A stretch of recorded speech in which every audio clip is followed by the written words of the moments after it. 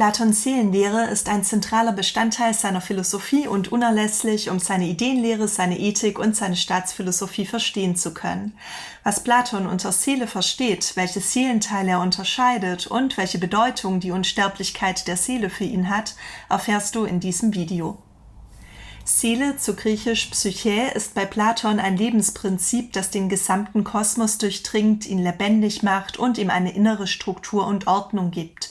Psyche könnte man anstatt mit Seele besser mit Lebendigkeit übersetzen. Sie macht alles Existierende in der Natur erst lebendig, ist die innere Dynamik alles Existierenden.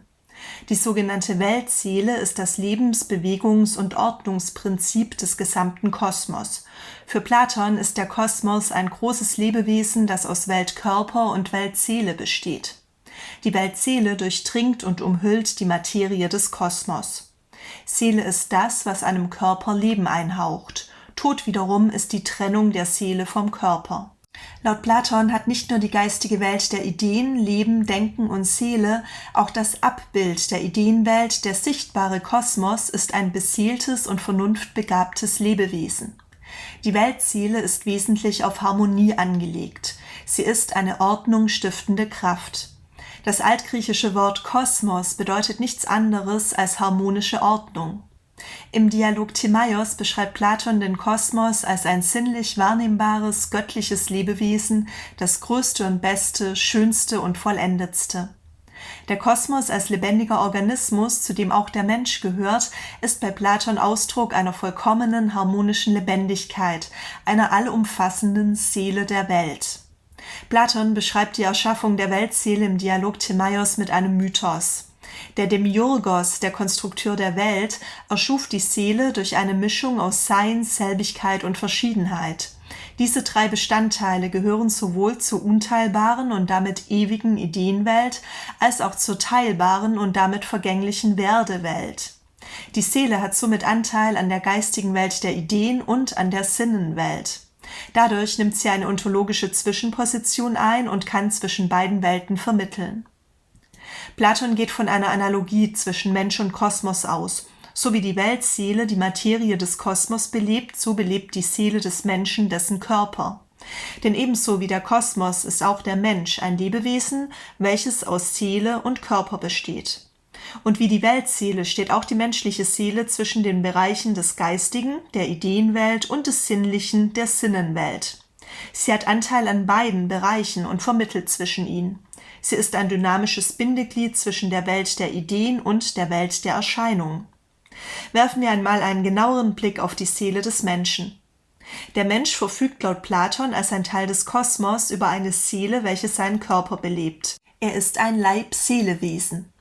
Die Seele hat dabei Vorrang vor dem Körper. Sie ist das belebende Prinzip des Körpers und das geistige Zentrum des Menschen. Nur die Seele macht das Wesen des Menschen aus. Die Seele ist der Sitz und die Quelle der Vernunft. Nur mit ihr kann der Mensch zu Wissen gelangen und die geistige Wirklichkeit, die ewige Welt der Ideen erkennen. Denn die Seele ist wesensverwandt mit den Ideen des Wahren, Guten und Schönen. Das Wissen von diesen Ideen hat sie aus ihrem früheren Leben, bevor sie in den Körper des Menschen eingegangen ist. Da die Seele mit den Ideen verwandt ist, kann sie die Ideen erkennen, wenn sie sich vom Sinnlichen abwendet. Doch die Seele wird auch dazu benötigt, die sinnlich wahrnehmbaren Objekte der Welt zu erfassen.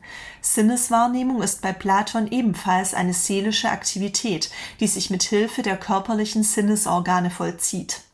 Die Seele ist hierbei der Ort, wo die verschiedenen Sinneseindrücke zusammenlaufen und gebündelt werden. Nur die Seele ermöglicht ein gerechtes und damit glückliches Leben. Sie ist nötig für die Ausbildung und Ausübung der Tugenden. Schauen wir uns genauer an, warum. In der Politeia unterscheidet Platon 3 Formen oder Teile der menschlichen Seele: das Begehrende, das Mutartige und das Vernünftige. Der vernünftige Seelenteil ist unsterblich, geistig und göttlich. Die beiden anderen Teile sind körperlich und damit sterblich. Die Zusammensetzung der Seele ist beim Menschen nicht optimal, denn die 3 Seelenteile können miteinander in Konflikt treten. Nur wenn der vernünftige Teil dominiert und für eine innere Einheit der Seele sorgt, ist die Seele gesund und nur dann kann der Mensch ein gutes und glückliches Leben führen. Betrachten wir die einzelnen Seelenteile einmal genauer. Das Begehrende ist auf Sinneswahrnehmung ausgerichtet und strebt nach der Befriedigung körperlicher Begierden wie Essen, Trinken und Fortpflanzung. Es ist die Grundlage der elementaren Lebensvorgänge, also zuständig für Fortpflanzung und Nahrungsaufnahme. Aufgrund seiner potenziellen Unersättlichkeit muss es zur Besonnenheit gezähmt werden wie ein wildes Tier. Das Mutartige bringt Meinungen hervor, es urteilt über die eigene Person und über andere. Es strebt danach, dass sich der eigene Mensch in der Gemeinschaft angemessen verwirklichen kann und möchte eine gerechte Ordnung erhalten. Zugleich ist dieser Seelenteil Grundlage des Machtstrebens. Der Hauptaffekt des mutartigen Seelenteils ist der Zorn. Das Mutartige kann in Konflikt mit dem Begehrenden geraten und zu einem Verbündeten der Vernunft werden. Das Vernünftige bzw. vernünftig Lenkende orientiert sich am Guten und Schönen. Es erkennt, was für die Seele zuträglich ist und strebt nach Wissen und Wahrheit. Das Logistikon lenkt die beiden anderen Seelenteile, indem es vorausschauend überlegt und abwägt. Die 3 Seelenteile sind so etwas wie eigenständige Module, welche sich bei einem inneren Streit der Seele gegeneinander wenden oder miteinander verbünden können. Sie befinden sich nur dann in einer angemessenen Ordnung, wenn das Begehrende und das Mutartige durch die Vernunft gelenkt werden und jeder Teil das Seinige tut. Dabei soll kein Seelenteil ausgeschaltet werden, sondern alle Teile in ein harmonisches Ganzes integriert werden. Platons Tugendethik erkläre ich ausführlich im nächsten Clip dieser Reihe. Hier daher nur ein ganz kurzer Überblick über die Beziehung zwischen den Seelenteilen und den Tugenden. Platon unterscheidet 4 wesentliche Tugenden, die später als Kardinaltugenden bezeichnet wurden, und zwar die Weisheit, die Tapferkeit, die Besonnenheit und die Gerechtigkeit. 2 dieser 4 Tugenden ordnet er bestimmten Seelenteilen zu. Weisheit ist das Vermögen des vernünftig Lenkenden und Tapferkeit das Vermögen des Mutartigen. Besonnenheit und Gerechtigkeit beziehen sich auf alle 3 Seelenteile. Besonnenheit bedeutet, dass jeder Seelenteil akzeptiert, dass die Vernunft herrschen soll. Gerechtigkeit herrscht dann, wenn jeder Seelenteil das Seinige tut und die ihm spezifische Tugend ausübt, also weise, tapfer und oder besonnen ist. So kann ein harmonisches, einheitliches Verhältnis entstehen. Gerechtigkeit bezieht sich bei Platon nicht in erster Linie auf bestimmte Handlungen, sondern auf den Zustand der Seele. Gerechtigkeit ist die geordnete, harmonische Einheit in der Vielheit der 3 Seelenteile. Wird die harmonische Ordnung der 3 Seelenteile aufgelöst, so führt dies zu Ungerechtigkeit und Selbstzerstörung. Tugend bezeichnet Platon als die Gesundheit der Seele, Schlechtigkeit als Krankheit. Ordnung in der Seele des einzelnen Menschen ist auch nötig für eine funktionierende Gemeinschaft. Wer nämlich uneins mit sich selbst ist, der ist für eine Gemeinschaft weniger geeignet. Gerechtigkeit und Tugend und in der Folge individuelles und gesellschaftliches Glück sind für Platon nur möglich durch Ordnung in der Struktur der Seele. Im Dialog Phaedros veranschaulicht Platon mit dem Bild des Wagenlenkers und seiner beiden Pferde die lenkende Tätigkeit des Logistikon. Das Gespann ist ein Gleichnis für die Seele. Die Seele entspricht einem geflügelten Gespann, das aus der irdischen Welt des Werdens nach oben zur geistigen Welt der Ideen fliegen möchte. Die Schönheit im Diesseits erinnert die Seele nämlich an ihre Herkunft, lässt ihr Flügel wachsen und zurück zum geistigen Bereich streben. So erklärt Platon das menschliche Streben nach Wissen und Erkenntnis. Der Wagenlenker und die beiden ungleichen Pferde stehen für die 3 Seelenteile und ihr Verhältnis zueinander. Es gibt ein gutes, edles und schönes Pferd und ein schlechtes, ungestümes und hässliches Pferd, welches den Wagen zur Erde niederzieht. Daher fällt es dem Menschen, im Gegensatz zu den Göttern, bei denen beide Pferde edel sind, schwer, das Gespann zu lenken. Die Auffahrt zum überhimmlischen Ort, dem Reich der Ideen, ist beim Menschen mühevoll, denn das ungestüme Pferd zieht das Gespann nach unten. Es geht also in erster Linie darum, das ungestüme Pferd zu bändigen. Der Wagenlenker stellt das Logistikon dar, das edle Pferd das Timoedes und das ungestüme Pferd das Epithymetikon. Das Vernünftige soll also die Seele lenken und das Mutartige und Begehrende kontrollieren. Im besten Fall gelingt es dem Wagenlenker, den Kopf über den Rand des Himmels zu heben und für kurze Zeit die Dinge außerhalb des Himmels, die platonischen Ideen, zu schauen. Andere sehen nur einen Teil der Ideenwelt, wieder andere schaffen es nie, den Kopf über den Rand des Himmels zu heben. Das Bild vom Seelenwagen veranschaulicht den Wunsch und die Fähigkeit der Seele, den raumzeitlichen Bereich des Werdens zu überwinden und die Gegenstände jenseits des Himmels, die platonischen Ideen zu schauen. Je nachdem, welcher Seelenteil beim Menschen überwiegt, gelingt dies besser, schlechter oder gar nicht. Im 9. Buch der Politeia beschreibt Platon die dreigliedrige Grundstruktur der Seele mit dem Bild vom Seelentier. Das Vernünftige entspricht einem inneren Menschen des Menschen. Es sitzt im Kopf und versucht, die anderen Seelenteile zu kontrollieren. Das Mutartige entspricht einem inneren Löwen. Dieser sitzt in der Brust und versucht, das vernünftig Erkannte gegen Widerstände wie beispielsweise Furcht umzusetzen. Das Begehrende entspricht einem vielköpfigen Ungeheuer. Dieses sitzt im Unterleib. Es durchdringt den ganzen unteren Bereich des Menschen und ist eine ständige Gefahr für die harmonische Ordnung der Seele. Wenn man dieses Ungeheuer mästet, dann wird es immer stärker und erlangt die Kontrolle über die Seele. Es herrschen dann die animalischen Triebe und Begierden über die Vernunft. Der innere Mensch verliert die Kontrolle. Die Seele wird nicht mehr durch die Vernunft, sondern von seinen Trieben gelenkt. Der Mensch muss daher seinen inneren Menschen, sein Vernunftvermögen stärken, um so die Fähigkeit zu rationaler Selbstbestimmung entwickeln und die Begierden kontrollieren zu können. Nur durch innerseelische Disziplinierung und Integration von Vernunft, Mut und Begierde kann die harmonische Ordnung einer gerechten Seele entstehen. Gerechtigkeit gibt es im Menschen nämlich nur dann, wenn die Vernunft über die Leidenschaften und die Triebe herrscht. Platon vertritt die Lehre von der Unsterblichkeit der menschlichen Seele. Diese Lehre gehört zum Kern seiner Philosophie. Zum einen nimmt er eine Präexistenz der Seele an und folgert daraus, dass Wissen Erinnerung an frühere Seelenzustände ist.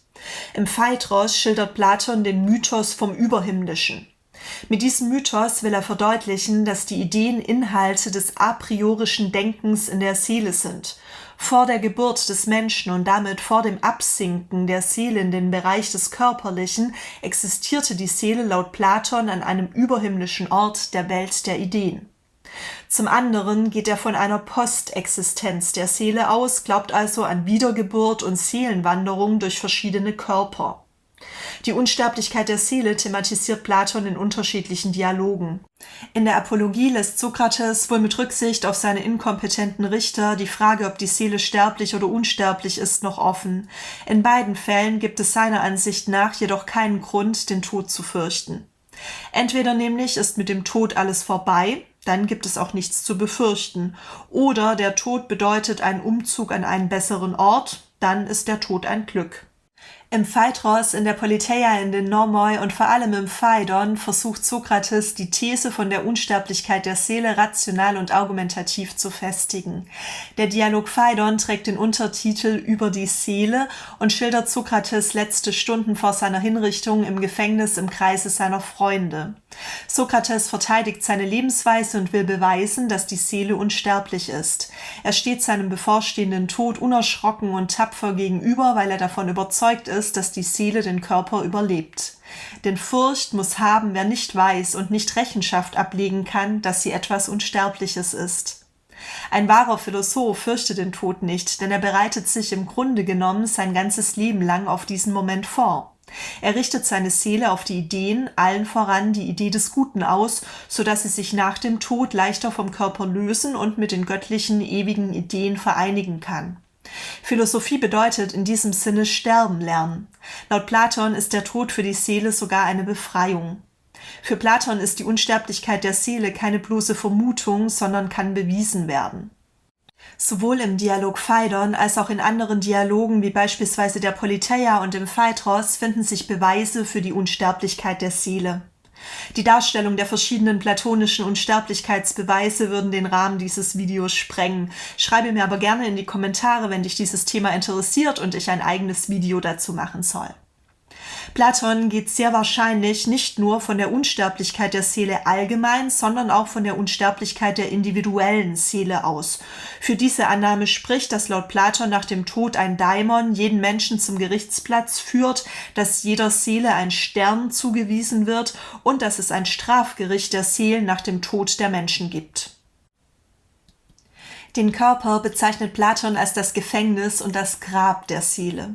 Die Seele ist beim Menschen an den Körper gebunden, weil es mehr niedere als höhere Seelenteile gibt.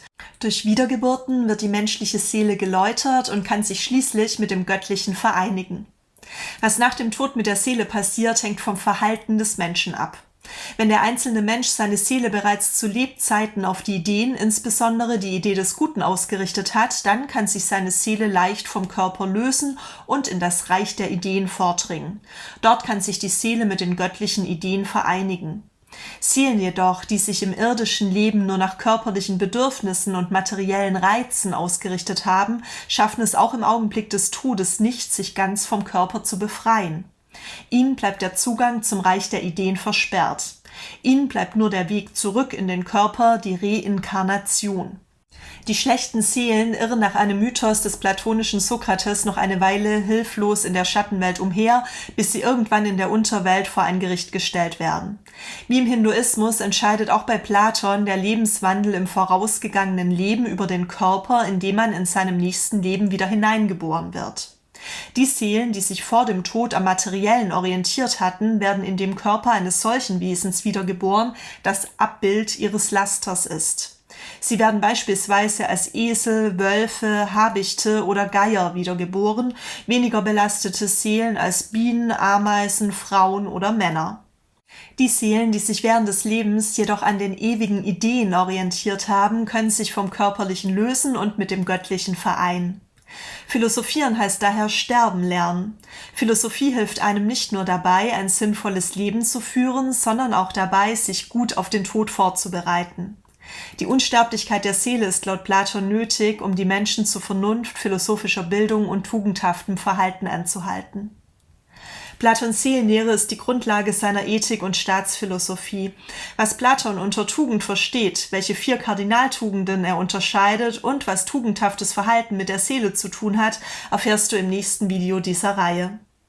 Mit dem Quizlet-Lernset Platons Seelenlehre kannst du dein Wissen jetzt überprüfen. Viel Spaß beim Lernen und bis bald!